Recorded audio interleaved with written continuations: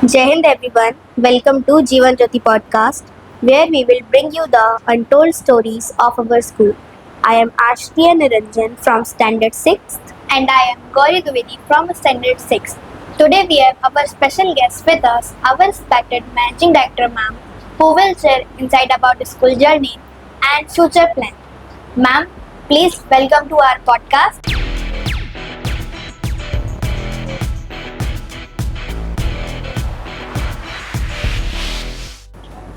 Jai Hind students जय Hind ma'am. and thank you so much. Ma'am सबसे पहले हम ये जानना चाहेंगे कि हमारा स्कूल कैसे और कब इस्टेब्लिश हुआ। ये स्कूल मैंने 2008 में शुरू किया। मैंने देखा कि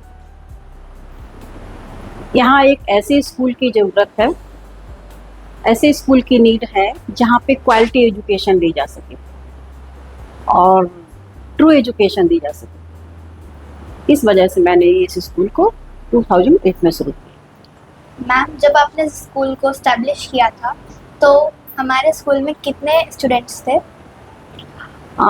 ये स्कूल मैंने 55 स्टूडेंट्स के साथ शुरू किया और उन 55 स्टूडेंट्स के मुझे नेम एंड फेस आज भी याद है और उन बच्चों के साथ मेरा सफ़र बहुत ही अच्छा रहा। मैम ये बहुत अच्छा है। क्या हमारे स्कूल को इस्टेब्लिश करने के पीछे कोई स्पेशल इंसिडेंट था? जी बिल्कुल, इस स्कूल को शुरू करने के पीछे एक रीजन भी था। मैंने अपने बच्चे हॉस्टल भेज दिए क्योंकि जैसे मैंने बताया कि मुझे ट्रू एजुकेशन, क्वालिटी एजुकेशन यहाँ पर नहीं दिख रही थी, तो मैंने अपने बच्चों को बाहर भेजा, हॉस्टल भेजा और बच्चे मेरे वहाँ जब लंच कर लेते थे, लंच टाइम में जब लंच होता था, अगर वहाँ लंच 1:30 हो रहा है, मैं 2 o'clock अपना लंच निकालती थी और फिर मैं लंच करती थी। मैं बच्चे से कनेक्ट होके कि अब मेरे बच्चे ने लंच कर लिया होगा, अब मैं यहाँ लंच करूँ। तो ये दर्द मुझे जो रहा, ये एक कारण रहा इस स्कूल को बनाने के लिए और मैंने इसी वजह से, ये मेरा रीजन इस स्कूल को बनाने के लिए। मैम हमारे स्कूल को ग्रो करने में किस किस ने सहायता करी, किस किस का सहयोग रहा? इस स्कूल को ग्रो करने के लिए काफ़ी लोगों का सहयोग रहा और इसमें सबसे पहले चेयरमैन सर का बहुत बड़ा सहयोग रहा और मेरे पापा जी जो इस समय इस अकेडमी के डायरेक्टर भी हैं प्रेजेंट टाइम में, तो उनका भी बहुत बड़ा सहयोग रहा क्योंकि वो एक इंटर कॉलेज से रिटायर्ड हुए थे और एक बच्चों को छोड़कर वो छोटे बच्चों में आ गए, तो उनका जो एक्सपीरियंस रहा मुझे स्टेप बाय स्टेप उनका मुझे मिला। और इसमें सहयोग मेरी एक फ्रेंड भी हैं जो इस समय प्रोफेसर हैं, मिसेस शैलजा गुप्ता, उनका भी बहुत सहयोग रहा। तो ऐसे अन्य बहुत लोगों का सहयोग इस एकेडमी को ग्रो करने में रहा।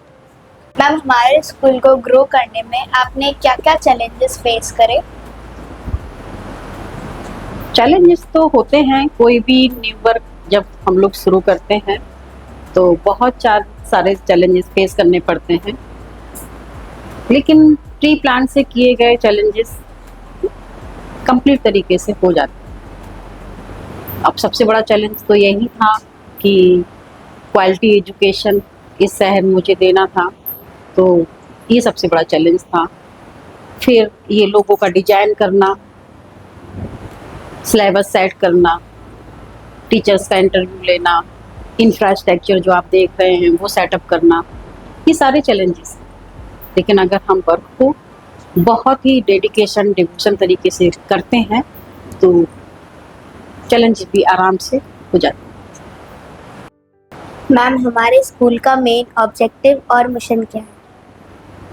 हमारे स्कूल का मेन ऑब्जेक्टिव एंड मिशन शुरू से ही इस एकेडमी का रहा है। जैसे मैंने आपको स्टार्टिंग में भी बताया कि क्वालिटी एजुकेशन देना इस स्कूल की फर्स्ट प्रायोरिटी रही है और जैसे हमारे लोगों का मोटो ही है कि commitment for a better future. तो हम सोसाइटी को कमिट भी करते हैं कि हम हर बच्चे को एक ब्राइट फ्यूचर देंगे। यही हमारा मिशन और ऑब्जेक्टिव। मैम, जैसा कि आपने बताया कि हमारे स्कूल का मोटो है commitment for a better future, जिसका मतलब होता है हमारा स्कूल बच्चों के अच्छे फ्यूचर के लिए कमिट कर रहा है। तो क्या आप बता सकते हैं कि हमारा स्कूल बच्चों के ओवरऑल डेवलपमेंट के लिए क्या क्या प्रयास कर रहा है? बिल्कुल, ओवरऑल डेवलपमेंट के लिए इस स्कूल ने शुरुआत से ही रखा हुआ है कि हर बच्चे का बहुमुखी विकास करना है, क्योंकि हर बच्चा पढ़ाई के लिए नहीं बना होता, ना ही हर बच्चा खेल के लिए बना, ना ही हर बच्चा डांस के लिए बना। तो जो जिसमें जो खूबी है, इस स्कूल ने उसकी खूबी को बखूबी निभाया। तो ओवरऑल डेवलपमेंट के लिए बहुत सारी चीज़ें इस स्कूल ने की हैं।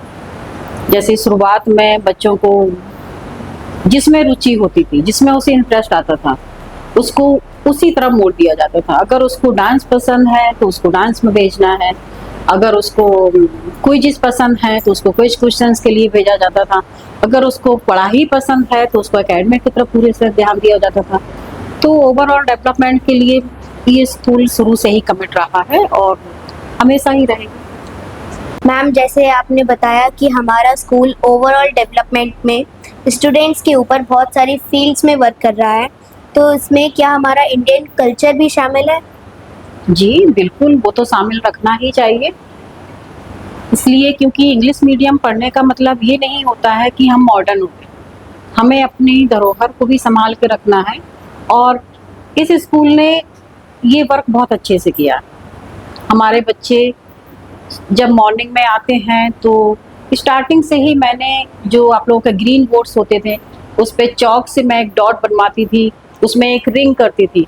फिर बच्चों को उस पे ध्यान उनका लगवाना होता था कि आप 5 मिनट सिर्फ उस बिंदु को ही देखो, उस डॉट्स को ही देखो, जिससे कि आप जब पढ़ाई शुरू करें तो आपका पूरी तरह से मेंटली रूप से आप इस क्लास में मौजूद हो। ये भी अपने एक इंडियन कल्चर में है। लंच टाइम में बच्चे संस्कृत में भोजन मंत्र करते हैं। यहाँ पर संस्कृत में प्रेयर्स भी होती है, हिंदी में प्रेयर होती है। तो ये सब अपनी भारतीय संस्कृत का ही तो बचाने का तरीका है और ये एकेडमी शुरू से ही इसके लिए कमिट है और ओवरऑल डेवलपमेंट के साथ साथ भी अपने इंडियन कल्चर को भी सेव कर। मैम, जैसा कि आपने बताया कि हमारा स्कूल बच्चों के ओवरऑल डेवलपमेंट और इंडियन कल्चर पे भी बहुत फोकस करता है, तो जब से मैं इस स्कूल में आई हूँ तब से मेरे मन में क्यूरियोसिटी है कि हमारे स्कूल में टीचर्स को ग्रीट करने के लिए जय हिंद का ही क्यों यूज़ करते हैं? बहुत ही अच्छा क्वेश्चन है और इसके लिए मैं बताती हूँ कि अपने स्कूल में जब पेटीएम होता है अभी भी, तो एक सजेशन बॉक्स रखा जाता है, तो सभी पेरेंट्स उसमें अपने सजेशन देते हैं। उसी में एक सजेशन आर्मी ऑफिसर्स के बच्चे भी पढ़ते हैं, तो एक सजेशन मुझे वहाँ से आया और उन्होंने ये लिखा कि ma'am good morning, good afternoon, ये तो हम सभी करते हैं, लेकिन क्या इसकी जगह हम गुड जय हिंद का यूज कर सकते हैं? क्या हम अपने बच्चों से जय हिंद बोलकर ही या अपने टीचर्स को या प्रिंसिपल को या अपने से बड़ों को ग्रीट करें? मुझे उनका सजेशन बहुत अच्छा लगा और मैंने वो उसी टाइम से उसको अपनाया और ये लगभग बहुत बहुत समय इस बात को हो गया, बहुत समय हो गया, लगभग 10 या 11 सेशन चल रहा होगा, 2010 या 11 का ही सेशन होगा। उस टाइम से इसकी शुरुआत हुई और ऐसा नहीं है कि मैंने उनका सजेशन माना, बल्कि उनको अवार्ड भी दिया, उन पेरेंट्स को अवार्ड भी दिया इतना अच्छा सजेशन देने के लिए। तो ऐसे ही इस जय हिंद की शुरुआत हुई और ऐसा नहीं है कि बच्चे हमारे स्कूल में ही जय हिंद करते हैं, आज बच्चे कहीं पर भी मिलते हैं, हमें स्कूल के बाहर भी बच्चे मिलते हैं तो वो जय हिंद करके ही ग्रीट करते हैं और ये मुझे बहुत अच्छा लगता है और प्राउड भी फील होता है और कि वो बच्चे अपने जय हिंद मतलब अपने देश को नमन कर रहे हैं और बच्चों को इसका पता है और वो दिल से अपने हिंदुस्तान को याद करते हैं। तो ये सजेशन मैंने उनका माना और तब से ही बहुत लॉन्ग टाइम से चला। तब से ये जैन की शुरुआत हुई। मैम, जैसे अभी हमने ओवरऑल डेवलपमेंट के बारे में बात करी और कल्चर के बारे में बात करी, लेकिन अभी प्रेजेंट टाइम में 21st सेंचुरी में हम टेक्नोलॉजी से ही घिरे हुए हैं। तो हमारा स्कूल टेक्नोलॉजी पर कैसे वर्क कर रहा है? बिल्कुल, ये स्कूल शुरू से ही टेक्नोलॉजी के साथ चल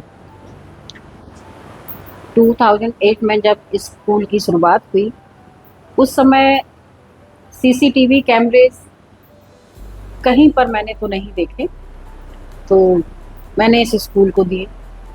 और सिर्फ ऑफिस में नहीं, क्लासेस में भी, जैसे कि बच्चों के कैसे स्टडी वो कर रहे हैं उस पर मॉनिटरिंग, और प्रॉपर उसकी मॉनिटरिंग हुई।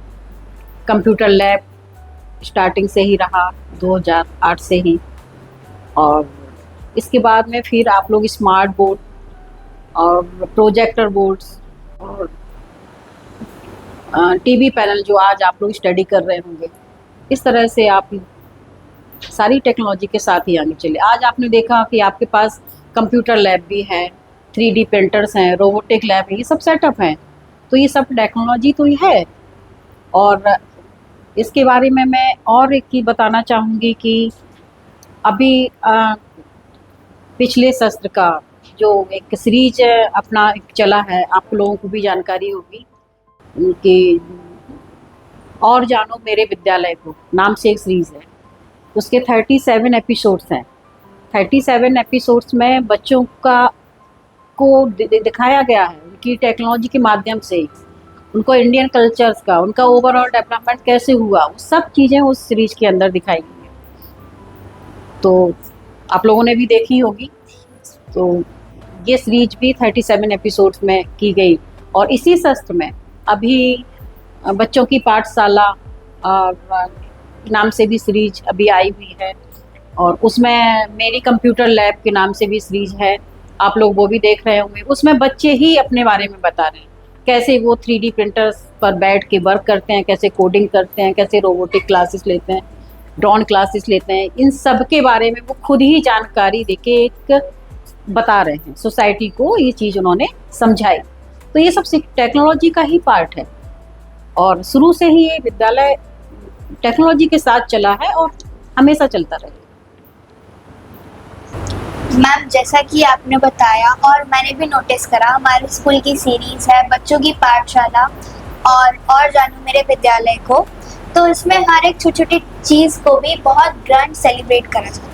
तो क्या आप बता सकते हैं कि ऐसा क्यों किया जाता है? ऐसा इसलिए किया जाता है कि बच्चों को भी इन सभी का इम्पोर्टेंस पता चले। आपने देखा होगा कि जो मैंने बताया बच्चों की पाठशाला और जानो मेरे विद्यालय को, इसमें जो छोटे छोटे इवेंट हैं, बहुत ही छोटे छोटे, कुछ भी हो, कोई भी डे हो सेलिब्रेट करना है, तो उस सेलिब्रेशन के माध्यम से बच्चों को उनकी इम्पोर्टेंस पता चलती है। जैसे अभी 1 मई को आप सभी ने लेबर डे सेलिब्रेट किया, तो ये हमारे हेल्पिंग हैंड है। आपने देखा कि सुबह मॉर्निंग में जब आते हैं तो आपको क्लासरूम साफ मिलते हैं, डेस्कें आपकी साफ मिलती हैं, तो ये किसके माध्यम से होता है? ये हमारे हेल्पिंग हैंड्स जो हैं उन्हीं के द्वारा तो हो रहा है। तो हम उनको सम्मान करें। तो लेबर डे पर ये भी दिखाया गया कि हमने उनको, बच्चे बहुत सुंदर ग्रीटिंग कार्ड बना के उनके लिए लाए और उनको स्टेज पर सम्मान किया गया, बच्चों ने ग्रीटिंग कार्ड दिए, उनका भी उत्साह बढ़ा और बच्चों को भी उनकी इम्पोर्टेंस पता चली। तो ये एक बहुत ज़रूरी पार्ट है, और ये छोटे छोटे इवेंट से ही ये स्कूल हमेशा कराता रहता है। मैम, जैसा कि आपने बताया कि हमारे स्कूल की कुछ सीरीज हैं, जैसे कि और जानो मेरे विद्यालय को और बच्चों की पाठशाला, तो हमने एक और सीरीज देखी जिसका नाम था लॉकडाउन में मेरे बच्चे। तो क्या आप बता सकती हैं कि ये सीरीज पैंडेमिक ईयर से रिलेटेड है? बिल्कुल, उसी पैंडेमिक ईयर से रिलेटेड है, और वो एक ऐसा पैंडेमिक ईयर था जिसको हम सभी ने फेस किया। और उस पैंडेमिक ईयर में बहुत कुछ बच्चों ने सीखा, और उस सीरीज के माध्यम से भी बच्चों ने बहुत छोटे छोटे इवेंट, जैसे घर में पेड़ पौधे लगाना, खाना भी बनाना, अपने पेरेंट्स के साथ हेल्प करना, छोटी छोटी हेल्प्स। जैसे यहाँ से जाता था बच्चे कि आपको फ्रिज में बॉटल भर के ही रखना है, तो बच्चे वो भी वर्क करते थे, उसका वीडियो बनाते थे, यहाँ भेजते थे।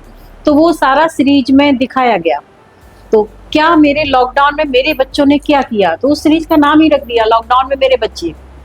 तो वो सीरीज भी आप लोगों ने देखी होगी, बहुत ही अच्छी सीरीज है। और इसी तरह से उस पैंडेमिक ईयर को हम सब लोगों ने, एक ऐसा रहता था कि चारों तरफ एक निगेटिविटी आ चुकी थी हर किसी के उसमें। तो इसके लिए बच्चों को एंगेज रखने के लिए कि बच्चे भी हमारे कुछ करें, और उन्होंने किया भी। और इसी पैंडेमिक ईयर में मैंने देखा कि कितनी परेशानियों का सामना सभी लोग कर रहे हैं। बहुत से स्कूल भी बंद हो गए थे, तो मैंने ये भी देखा कि यहाँ पर स्टडी को लेके भी लोग परेशान थे। तो इस स्कूल ने उसे भी कंप्लीट तरीके से कराया। 100% कोर्स के साथ बच्चों ने अपनी स्टडी कंप्लीट की। सोशल डिस्टेंसिंग के साथ साथ हमारे टीचर्स आते थे। 2 टीचर्स मॉर्निंग में आ रहे हैं, 2 टीचर्स नून में आएंगे, फिर 2 इवनिंग में आए। इस तरह से उन्होंने अपने लेक्चर्स यहाँ पर रिकॉर्ड किए और बच्चों को भेजे घर पर।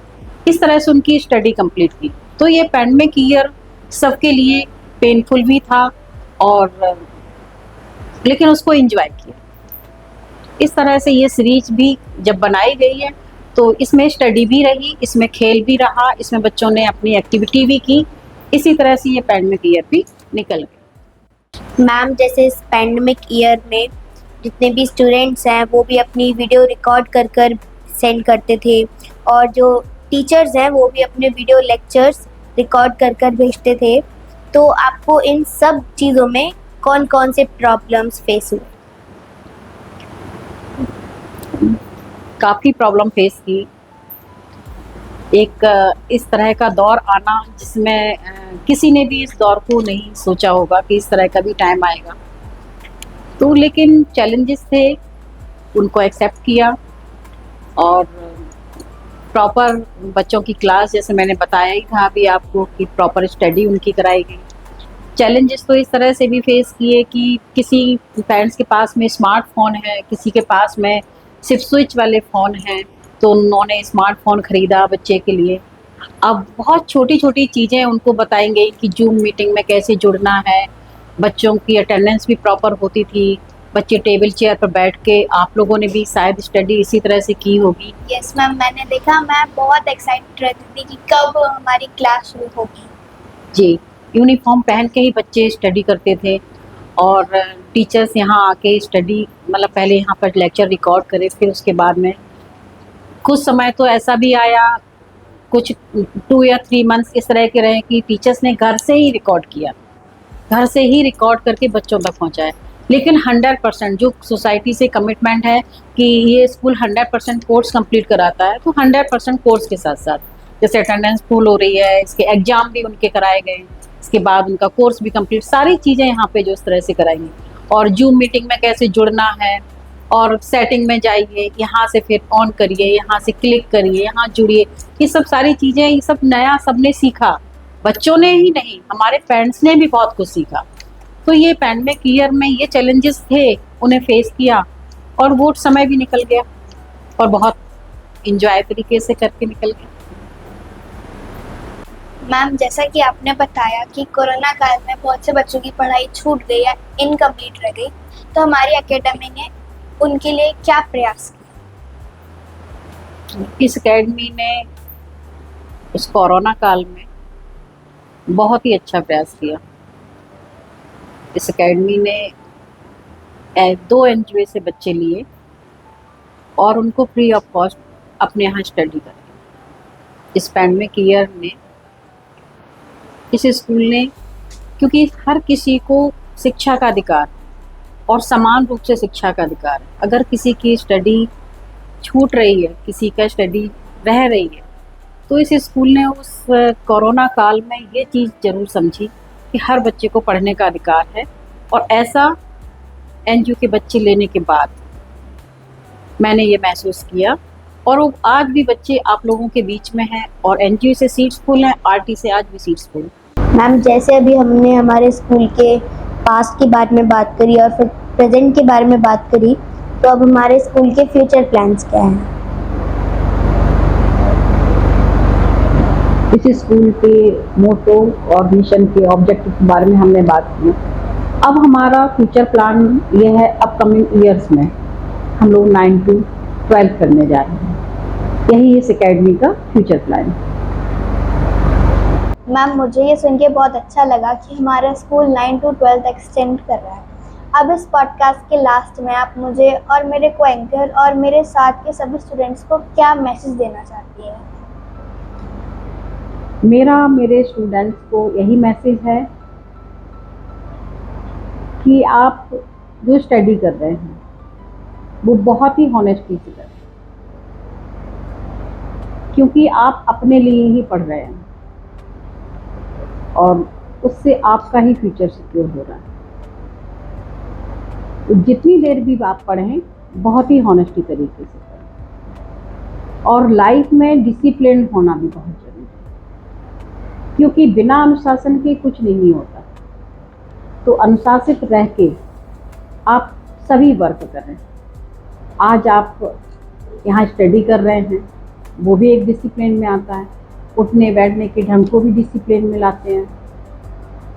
तो जो भी वर्क करें, कल के दिन आप कोई डॉक्टर्स इंजीनियर बने, वहाँ पर भी ईमानदारी से काम करें, वहाँ पे भी अनुशासन से रह के काम करें। और जब कभी मौका आए तो देश हित में भी काम करें, क्योंकि राष्ट्र सर्वोपरि है, देश सेवा सर्वोपरि है। इसी तरह से अपने स्कूल का, अपने पेरेंट्स का, अपने टीचर्स का, अपने प्रदेश का, अपने कंट्री का नाम रोशन करें।